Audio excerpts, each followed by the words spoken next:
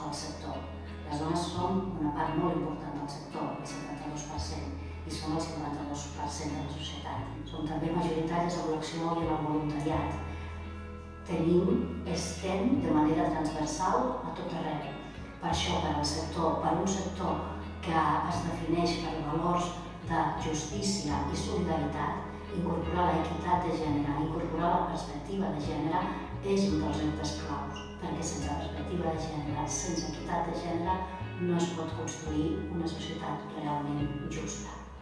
Avui, en el que estem vivint un moment històric marcat per la crisi econòmica, una crisi que suposa no sols una crisi econòmica, sinó també una crisi social, en la que homes i dones patim les seves conseqüències de manera dura i cruenta, incorporar aquesta perspectiva és encara un repte més important.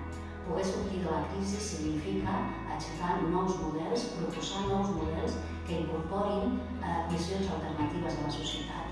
I una de les missions fonamentals és poder promoure models, poder proposar models que trenquin amb les velles divisions de gènere, que incorporin el treball productiu i el treball reproductiu com la mateixa moneda d'una societat que necessita les dues coses per poder funcionar. Trencar amb aquesta ruptura implica trencar amb les velles discriminacions i els vells models de gènere. Per això, des de SUR, volem impulsar que aquesta perspectiva sigui també un dels eixos centrals de l'acció social.